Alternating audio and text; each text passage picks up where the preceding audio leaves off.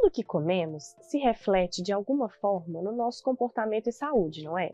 Basicamente, existem 3 grupos de gorduras que consumimos no nosso cotidiano: saturadas, insaturadas e trans.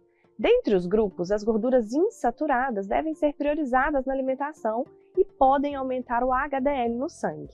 Geralmente, essas gorduras são líquidas em temperatura ambiente, mas se solidificam na geladeira. O azeite de oliva e o óleo de canola são exemplos desse tipo de gordura. Outros exemplos são as gorduras ômega 3, presentes em peixes gordurosos de alto mar, como a cavalo, o salmão e o atum, e as gorduras ômega 6, presentes nos óleos vegetais.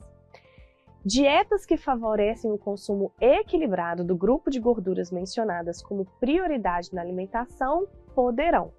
Bom, pessoal, então ele está pedindo aqui, né, para a gente tentar entender qual que é a vantagem, ou o que pode acarretar esse consumo equilibrado, né? Então sempre equilíbrio, porque mesmo uma coisa saudável, se consumida ou em grande excesso, pode acarretar também problemas.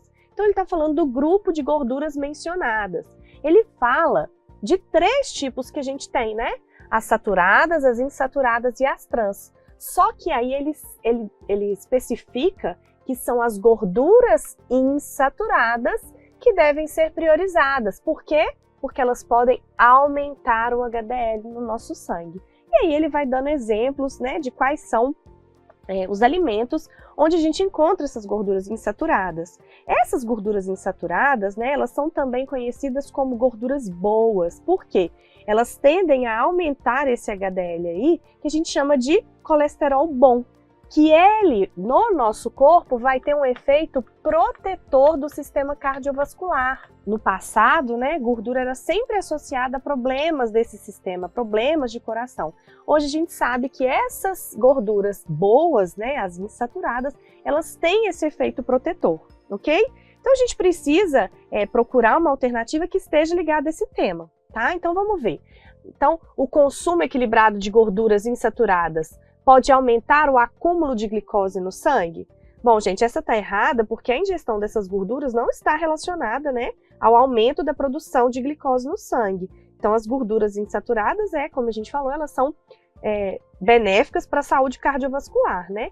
E se a gente for pensar ainda em último nível, o acúmulo de glicose no sangue não está relacionado à saúde, né? Então, a glicose ela tem que estar dentro da nossa célula. Um acúmulo de glicose no sangue leva a uma hiperglicemia, que é uma condição que a gente não quer. Letra B. Essas gorduras, então, vão ajudar a prevenir o desenvolvimento do hipotireoidismo? Bom, gente, essa está errada porque também a gente não tem nada associado a essas gorduras e ao hipotireoidismo.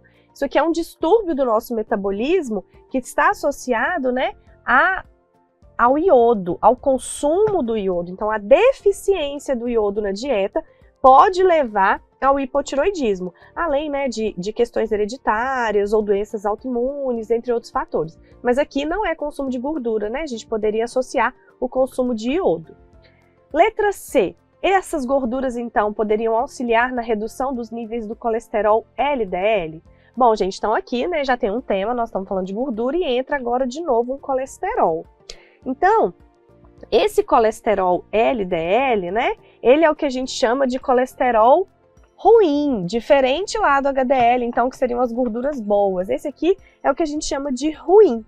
Então, se você consome boas gorduras, gorduras insaturadas, né, como ele citou lá no azeite de oliva, no óleo de canola, você auxilia, então, a redução desses níveis de colesterol LDL. Essa é a nossa resposta. Então, esse colesterol ruim reduzido, você também tem um efeito protetor cardiovascular. Então, quanto maior o HDL, menor o LDL, melhor para o sistema cardiovascular, ok? Letra D. As gorduras poderiam diminuir a absorção de vitaminas hidrossolúveis? Não, né, gente? Então, essas gorduras não comprometem em nada a absorção dessas vitaminas hidrossolúveis. Quais são essas hidrossolúveis, né? As vitaminas do complexo B, a vitamina C, por exemplo. Mas elas são aquelas que, se são hidrossolúveis, elas se solubilizam na água, né? Não tem nada a ver, então, com essas gorduras insaturadas. As gorduras, elas vão ser importantes na absorção das vitaminas que a gente chama de lipossolúveis, né? Então, as lipossolúveis são aquelas que né, se solubilizam em gordura, como a vitamina A, D, E, K. Então essa também não poderia ser a nossa resposta. E por fim, a letra E fala que essas gorduras poderiam garantir a absorção da fonte primária de energia. Gente, quem que é a nossa fonte primária de energia, né? São os carboidratos. Se a gente for pensar na molécula mais simples, seria a glicose. Então, as gorduras insaturadas, elas não são essa fonte de energia primária para o nosso corpo, ok? Não é a nossa resposta. Letra C.